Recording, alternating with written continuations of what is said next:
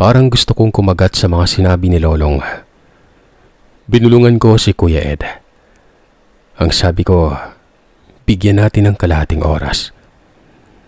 Tumango naman ang kuya at yon. Pinagpatuloy namin sa paglalakad si Lolong. Habang nangyayari yon, nagkakatitigan kami ni Ka Franco. Parang sumasang-ayon na rin ang matanda dahil kinikindatan niya ako at sa puntong yon, pababa ng araw. Hanggang sa walang ano-ano, sa hindi malamang dahilan, may bumagat sa amin. Dito na pahinto si kuya. Kaagad sinenyasan ako. Si Erom na umano ang nakikita namin noon. Kanina pa naman sana siya nagpakita. Kaso may paparating na kasama nyo. Kanina pa nakamasid sa atin si Erom. Wika ni Lolong. Kala ko pa naman mismong tirahan. Dapat sinabi mo kaagad. Pabitin ka eh. Kamuntikan ka pang mapatay. Tugon ko. Si Kuya Ed noon ay lumapit kay Erom. Etong si Erom, malaking tao. Tapos sakto sa tindig. Kung ikukumpara sila ni Mang Omar, ay parang magkapareha lang. Pero si Mang Omar, maskulado. Magandang hapon. Medyo pinapahirapan mo pa kami. Ito bang pagpapakita mo ay pakikipagsundo? Sambit ni Kuya Ed. Anong sa tingin niyo ang dahilan? Kailangan pa bang itanong yan? Pwede bang pakawalan niyo si Lolong? Pungad ni Erom. Tumango naman ang Kuya Ed. Si Lolong na mga sandaling yon ay hindi naman umaalis. Ang sabi pa nito kay Erom, makikipagtulungan na lamang daw sila sa ikalawang uri. Kesyo naman subukin na alam naman nilang wala silang ibabatbat sa kauri ng tiyo. Nalalagay kami sa panganib. Lahat kami. Si Victor, hindi lang kami ang nilikom. May ibang aswang pa siyang nilapitan. Bukod pa diyan, ang tatay ni Victor, nakisali na rin. Siguro wala pa kayong alam na buhay pa ang tatay nila Tamil at Victor.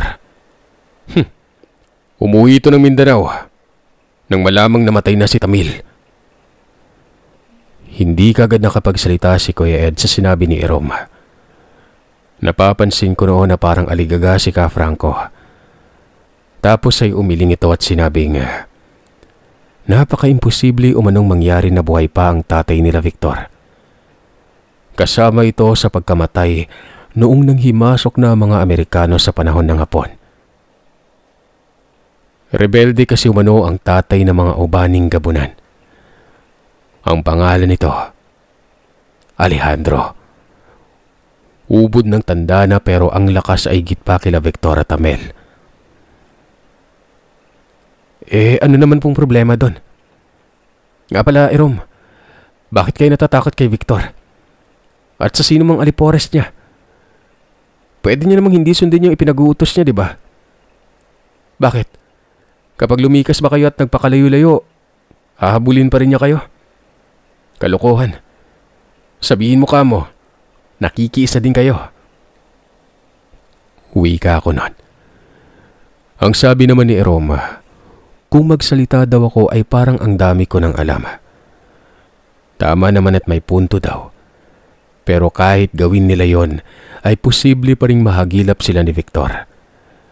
Dahil hindi lamang daw nag-iisa ang hukluban. Yung nahuli ko umano, ang nanay yon. Pero may mga anak ang hukluban. At isa sa mga ito umano ay katulad din noong bantugan. At siya ngayon ang nagdidikta umano kay Victor para salakayin ng lugar namin. Balak daw kunin ng salamin para muling buhayin ang bantugang hukluban. Maliban pa diyan, papatayin lahat ng kauri ng tiyo. Maging ako umano noon. Kasali doon. Napabitaw ako ng mabigat na salita noon. Para bang sumabog ang utak ko at bigla na lamang nalito. Posible ngang magkaroon ng anak ang huklubang yon. Sa tagal nitong umiral, masasabing ninais ding magkaanak para na rin magpatuloy sa ligasiya. Napamura na lamang ako noon mga kagiliw. At kung hindi ako nagkakamali, sandamakmak ang mga kalaban namin, na siya namang masasabi kong delikado.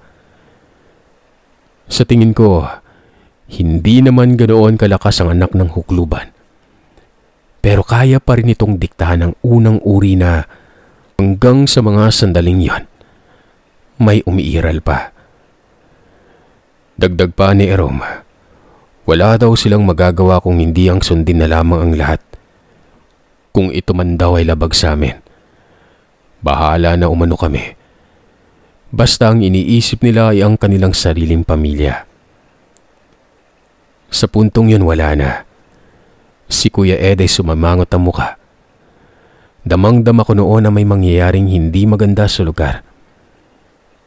Ilang saglit lang, may naglitawan sa paligid. Mga tao ito.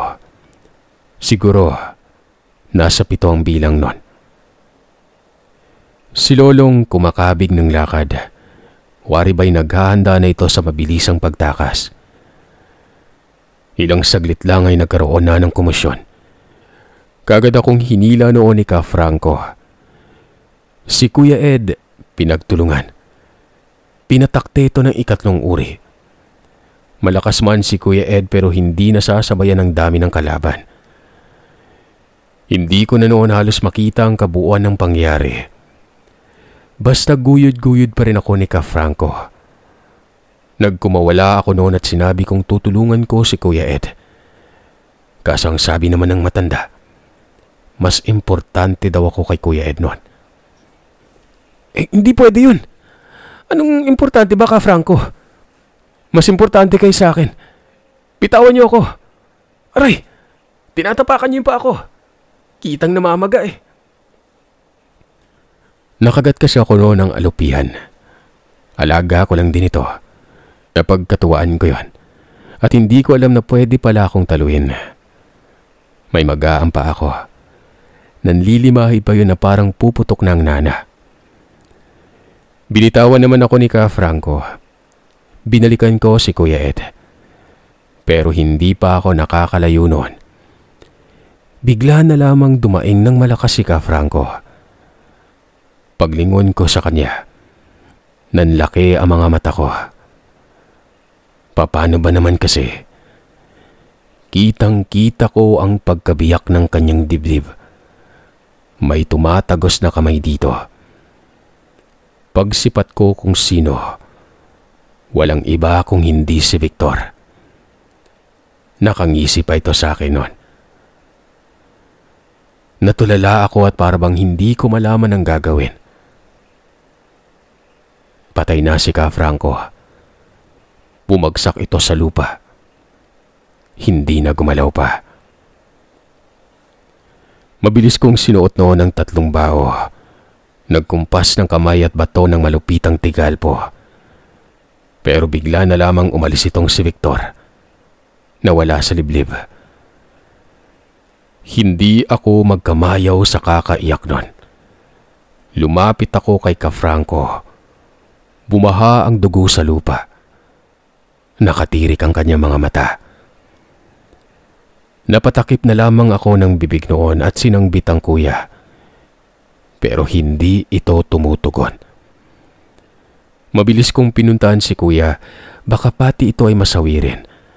Lalo pat naroroon din pala si Victor sa lugar. Kasabay ng paghahanap po noon kay kuya, nagpalinga-linga din ako noon at baka may bigla na lamang bumungad sa akin. Aminado akong kaya ko naman silang talaga pero hindi sa pisikal na laban. Sa ganoong sitwasyon, talagang masasabi kong ipit na ipit ako. Ilang saglit lang, dumating na si Mang Omar at Tio Raul. Nakita ko ito doon sa kinaroroonan ng labi ni Ka Franco. Si Mang Omar ay galit na galit. Para itong baliw na pinaghampa sa mga damo at puno doon. Hindi sila makakapagpalit anyo. May araw kasi at masakit yon sa kanilang balat. Narinig ko ang kalabugan sa unahan. Pinuntahan ko ito kahit pa man tinatawag ako ni Tio Raul. Hindi ko siya pinapansin noon. Desperado na talaga ako noon. Kaliwat kanan na ang ginagamit kong talandro. Naramdaman ko ulit yung parang binagsakan ng malaking kampana. Nabibingi ako at nahihirapan sa paghinga. Ang ganitong karamdaman ay tinatawag na vertigo. Yung mga mata ko'y lumalabo na pero pinagpatuloy ko ang paghalo sa mga talandro mula sa dalawang panig noon. Bahala na. Basta maging ligtas lamang si Kuya Ed. Sinasama ko naman sa pagbanggit na hindi tatamaan ng sino mang malapit sa buhay ko. Hanggang sa nakita ko ang kuya. Tila aso itong binato sa kakatakbo. Hinahabol siya. Napansin ko si Victor. Nasa distansya. Katabi niya si Eroma. Dinuro ko ng kamay tapos nag-usal ako ng 3 kataga. Pero nakangisi lamang si Victor. Wari na inaasar pa ako noon. Napapaisip ako. Hindi na tinatablan sina Victor. Tama si Eroma. May humahawak nga sa kanilang hukluban. Putik talaga. Kailan ba matatahimik yung buhay namin? Nagresulta na! Nagresulta na ang katigasan ng ulo nyo! Mga lintik! Sigaw ng Tio, habang mabilis itong tumatakbo patungo sa kinaroroonan nila Victor. Si Mang Omar naman ay patungo kay Kuya Ed. Nalilito ako noon. Aminado akong tarantang-taranta na ako. Ilang saglit pa, sinundan ko si Tio. Bahala na. Hindi naman mabilis si Tio noon. Casual lamang natakbo. Samantalang sina Victor ay naglaho. Patuloy ako sa pagsunod kay Tio hanggang sa nakita ko siyang nakarating sa kinaroroonan nila Victor. Pero kagaya ng nangyaring paglaho ng mga kalaban, naglaho din ang Tio. Nang marating ko ang lugar, bangin pala yon. Kamuntikan pa akong malaglag. Nakikita ko sa baba si Tio. Sila Victor, patawid sa ilog. Wala naman akong ibang ginawa kung hindi ipagpatuloy lamang ang pagsunod sa kanila. Nag-aalala ako noon. Ang layo pang maggabi. Walang tiyak ang kalalagyan ng Tio. Mabuti sana kung madilim kasi malaya siyang makakapagpalit ng anyo. Nang makarating ako sa ilog, ay nakita ko sa kabilang banda si Tio.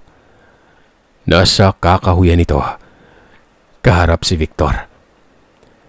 Sa puntong yon ay alam ko na sa sarili ko na sagupaan na ito.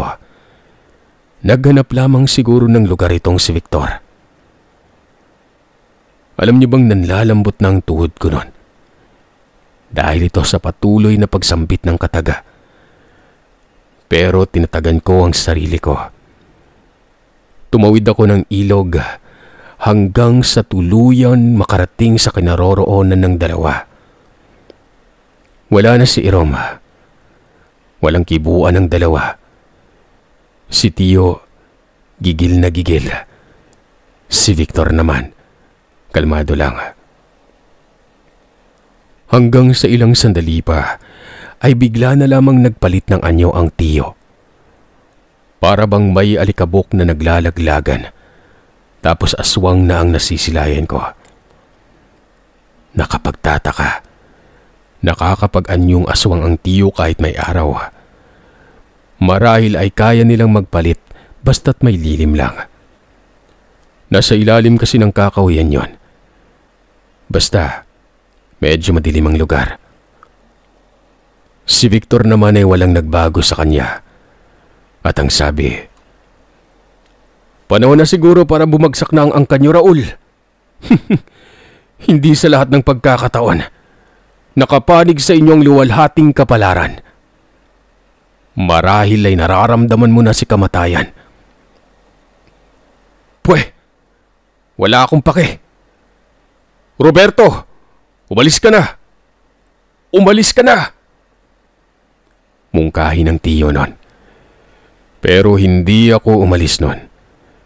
Patuloy pa rin ako sa pag-usal kahit hindi tumatalab. Hindi ko kayang tiisin ang lahat ng wala akong nagagawa. Hanggang sa bigla na lamang sumunggab ang tiyo. Hindi nakapaghanda noon si Victor. Nagpagulong-gulong sila sa may damuhan. Tapos rinig ko ang pagdaing ng bawat isa. Makikita kong parang patas lamang pero partikular sa bilis nun. Hindi partikular sa lakas. Si Victor kasi ay hindi pa nagpapalit ng anyo. Pero malakas na ito at parang nahihirapan ng tiyo sa kanya. Paano pa kaya kung nasa katauhan na ng ubaning gabunan nito, di ba? Hindi ako nakatiis nun. Lumapit ako at tinulungan ko ang tiyo. Nag-usal ako sa daliri at tinutok ko ito sa noo ni Victor. Pero wala akong nakikitang reaksyon. Kinikiliti mo ba ako, bata? Wika nito. Tapos ay sinakal niya ako. Dagdag pa niya, kung noon daw ay nakakaya ko silang saktan, ngayon ay hindi na. Sinubukan kong kumawala pero hinigpitan niya ang pagkasakal sa akin noon. Si Tio ang panay bitaw na ng mabigat na salita. Sinabi pa nitong napakatigas sumano ng ulo ko. Wala na akong ibang paraan noon, kung hindi ang sangbitin ng pinakadelikadong talandro. Buwis buhay ang talandrong ito, at malamang alam ng mga bihasa ang sinasabi ko. 7 kataga na may selyo ng 3 bituin. Inusal ko yon, tapos hinawakan ko ang 3 bao. Kitang-kita ko sa mukha ni Victor na wari ba'y nagulat na pusa at kaagad akong binitawan. Akala ko pa noon ay may mangyayari sa akin pagkatapos kong magbitaw ng ipinagbabawal na orasyon. Pero wala. Sa halip ay gumaan ang pakiramdam ko na para bang ang kondisyon ng katawan ko noon. Yung pamimigat kanina dahil sa samot-saring talandro ay bigla na lamang nawala. Namangha ako noon. Sa lahat ng albularyo at bihasa, hindi nila sinubok na aralin ng buwisbuhay na talandro dahil napakadelikado talaga. Para na rin kasing pagpapatiwakal yon. Ngayong alam ko ng kinakaya ng katawan ko, umabante ako ng lakad habang nakaduro ang kamay ko kay Victor. Paulit-ulit kong sinasambit ang talandrong yon. Si Tio noon ay napatakip ng tenga at kita sa mukha niyang pagkasimangot. Alam kong pati ang Tio ay tinatamaan, pero mas malakas ang tama nito kay Victor. Sa hindi malamang dahilan, habang umaatras si Victor ay may bigla namang sumulpot at bumangga sa kanya. Sa sobrang bilis ng pangyayaring yon, hindi ko ito nasundan. Hanggang sa nakita ko na lamang si Mang Omar na nakadagan kay Victor at paulit-ulit itong pinagsusuntok sa mukha. Kitang-kita ko kung paano manginig ang katawan ni Victor habang unti-unting bumabaon ang ulo sa lupa noon. Napakalakas ni Mang Omar. Dapat pala, siya na ang nakipagharap kay Victor. Hanggang sa ilang saglit lang ay hindi na gumalaw ang kalaban. Lumapit pa ako para suriin. Animoy dinurog ng kamatis sa mukha ni Victor. Sino ba namang hindi? Napakalaki ng kamao ni Mang Omar. Kahit siguro ubaning gabunan ng kalaban. Pero kapag si Mang Omar na ang pinag-uusapan, tiyak walang panama ito sa kanya. Doon ko pa lamang narinig si Tio na dumaing. Pagtingin ko sa kanya ay nasaan yung tao ito at sa puang tagiliran. May tama si Tio. Pero pagkatapos naman noon ay walang malagyan ng sermong inabot ko. Maging si Mang Omar ay pinagalitan ako ng pinagalitan. Dahil daw sa kapusukan namin ni Kuya Ed, nalagasan ang kauri niya. Hindi ako nakapagsalita. Ano na namang sabihin ko, di ba? Napaluhod ako noon sa lupa. Humagulgol sa pag-iyak. Tinawag ako ni Tio na umuwi na daw kami. Pero nanatili pa ako sa lugar. Labis-labis ang konsensya ko noon. Kasalanan ko. Kung pumayag lamang akong patay ni Kuya Ed si Lolong, hindi sana mangyayari yon. Doon ko pa lamang napagtanto na nahulog kami sa bitag. Umuwi ako noon. Gabi na. Walang bahala na ako. Kahit pa man may bumagat sa akin ay wala akong pakialam. Nang makarating sa bahay, nadatnan ko ang labi ni Ka Franco na nakahimlay sa sala namin. Si Kuya Ed, parang pinukpok ng martilyo ang muka. Napakaraming sugat.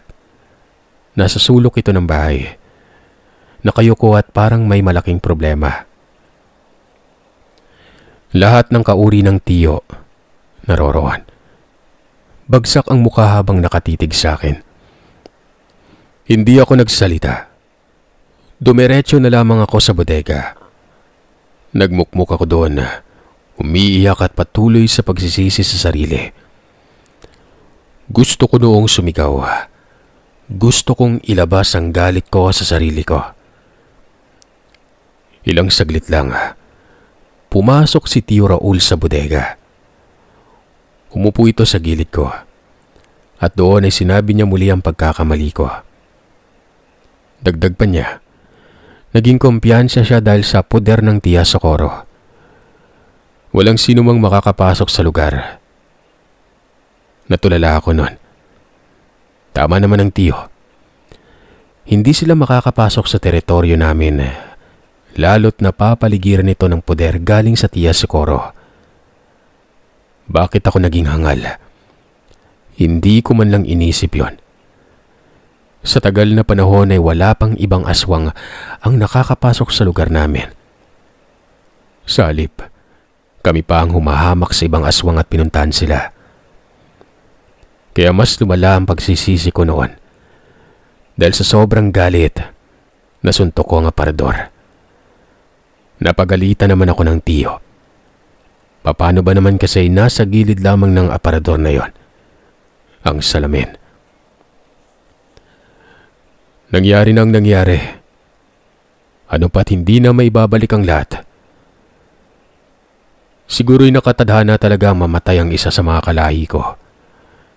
Dahil kung hindi pa, dapat nakinig kayo sa akin, di ba? May kasalanan din naman ako. Inakala ko kasing naaalala mo mga sinabi ng Tia Socorro mo dati. Nakalimutan mo pala. Ang tanging magagawa na lamang natin sa ngayon, Roberto, magpalamig ng ulo. Nariyan na yan eh. Basta, lilipunin ko ang ikatlong uri ng aswang. Wika ni Tio Raul.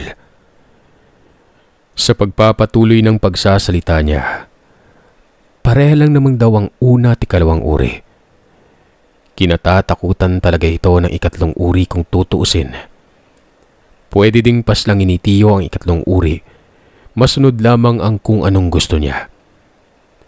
Pero sa likod daw ng pakiusap namin, mas piniling pumanig ng ikatlong uri sa gamunang kagaya ni Victor. May punto naman ang Tio nun. Napakahangal ko talaga. Pareha nga lang naman. Ang ibig sabihin ay hindi talaga napipilitan si Eroma. Kung hindi may pakay talaga silang lipunin ang angka ng Tio. Hindi lamang salamin ang dahilan para buhayin uli ang nakulong na hukluban.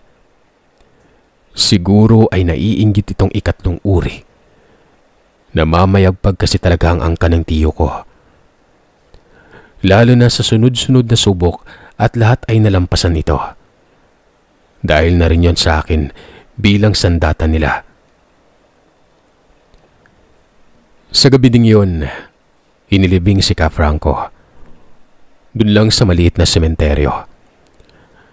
Nagluksa ang lahat. Yung magkakapatid na Negrito na sina Bebero at Pandak. Galit na galit. Nagmungkahi pa nga na bukas din kami naman ang kikilos. Kumbaga, pinukaw ulit ang bangayan. Patayan na umano kung patayan. Ang mga Negrito ay talagang ubod ng tapang ang mga ito. Walang kinatatakutan, maging ganun pa man kalakas ng kalaban. Hinahanap ko noon si Kuya Ed. Hindi ko kasi siya nakita sa libing ni Ka Franco. Siguro ay matindi ang kalungkutan dahil nga amay nila ng tiyo ito. At inaasahan ko na noon na yung galit sa akin ng kuya mas iigtin pa. Lalo't ako talagang dahilan ng lahat. Gusto ko siya makausap at humingi ng tawad. Pero wala siya ron. Wala din sa bahay nila Mang Omar.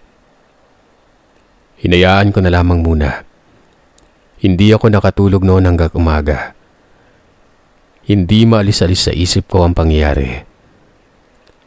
Bukod sa konsensya, nakita ko din harap-harapan kung paano namatay si Ka Franco. Yung pagkamatay pa, napakabrutal. Naroroon lang ako sa bodega noon.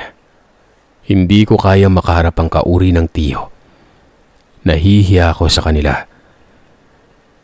Si Kuya Ed ay hindi ko na naririnig na tumatawa. Kinukulit ako o kung ano pang pinagagawa nito na nakakabaliw. Sinisipat ko siya sa bintana. Pero wala. Hindi nagpapakita. Mga 3 araw na kain, tulog lamang ang trabaho ko. Hindi ko pa rin nasisilayan ang kuya. Alam kong umalis siya. 3 araw na kasi at hindi pa siya nagpapakita. Akala ko pa noon ay alam ni na tiyo. Gawa ng kampante lamang sila habang kumikilos noon. Bagamat parang dinaanan ng epidemya ang lugar dahil ang tahimik na pero nagtatrabaho pa rin sila. Hanggang sa isang hapon, nakita kong nag-uusap sila Mang Omar at tiyo. Para bang napakasela ng pinag-uusapan nila. Napakaseryoso na mukha nila noon. Ako naman noon ay hindi na lumapit. Ayaw kong mabati ang kanilang pag-uusap. Ilang saglit lang ay napansin kong paparating sa bodega ang tiyo. At nang masilayan ako nito sa bintana, kinawayan ako at sinabing, alam ko ba daw kung nasaan si Kuya Ed? Kagad akong umiling. Sabi ko hindi. Katunayan ay hinahanap ko rin siya. Ihanda mo yung mga gamit mo, Roberto. Aalis tayo. Po? Bakit po, tiyo? Sabi naman ni tiyo ay hahanapin naman namin si Kuya Ed. Walang ano-ano'y naghanda ako noon. Kumabog ng malakas ang dibdib ko. Hindi na maganda ang naiisip ko noon na para bang may nangyaring masama sa kanya. Hanggang sa bigla na lamang lumapit itong si Ate Ursa. Tapos ay may sinabi itong labis kong ikinagulat. Si Ed, hinahanap si Irom. Nag-aalala ako sa kanya. Hindi ko alam kung anong nangyari sa kanya. Teka, bakit mo alam ate? Nagpaalam sa'yo. Tumango ang dalaga. At dito ay inamin niyang sila na ni Kuya Ed. Magkasintahan na silang dalawa. Si Mang Omar noon ay nakita kong biglang pumikit ang mga mata. Para bang nadismaya ito. Pero hindi na nagbigay komento. Nakiusap si Ate Ursa na iligtas daw namin si Kuya Ed. Nagkatitigan kami ni tiyo noon. Ang lalim ng pag-aalala ni ate. Mas malalim pa ito sa amin. Para bang mag-asawa na sila at may nangyari na. Basta, alam niyo na yung gawain yon. Sige na, kilos na tayo. Putik, parang may responsibilidad na si Ed sa'yo, Ursa. Mag-usap tayo pagdating namin ha. Ihanda mo namang alibay mo. Raul, ipaubaya mo muna sa akin si Ed. Parang gusto ko siyang saktan eh. Yan ay kung buhay pa siya. Hindi na nagsalita pa si Tio sa sinabi ni Mang Omar. Mahahalata dito na natatakot siya kay Mang Omar nun. Mantakin niyo, tumatayong pinuno itong si Tio sa kanila. Pero takot kay Mang Omar. Sino ba namang hindi, diba? Tatlo kami noong magkasama. At kagaya ng dati, sasakay na naman ako kay Mang Omar. Medyo malaki na ako ng mga panahong ito. Pero para lamang akong bata. Aminado akong namiss ko ang rides na yon pero naniguro na ako. Nagsuot ako ng salamin para kahit papano'y hindi na masundot ang mata ko ng makapal na damo. Pagkasampa ko pa lamang sa likuran, sirit pa sa kwitis si Mang Omar. Pero mas mabilis ito at para bang gigil na gigil makita si Kuya Ed. Ipinagdadarasal ko noon na buhay pa ang kuya. At mas lalong ipinagdarasal ko noon na sakaling buhay pa ay wag naman sanang patayin ni Mang Omar. Sabi ko na nga ba, may nakatago na kay Kuya Ed at Ate Rosa noon. Lagi kasing tumatambay sa bahay nila ate si kuya. Kung titingnan ay parang walang namamagitan. Abay akalain mo, expert pala itong si kuya. Siguro, mga halos kalahating oras na yung super drive na yon. Mas mabilis pa ata sa motorsiklo. Basta, pagkarating namin ay nakatayo lahat ng buhok ko. Kagad naman akong bumaba. Pero hindi na ako nahihilo nun. Nagtanong ako kung sigurado ba sila sa lugar. Ang sabi naman ni Tio ay hindi. Pero naaamoy niya si Kuya Ed.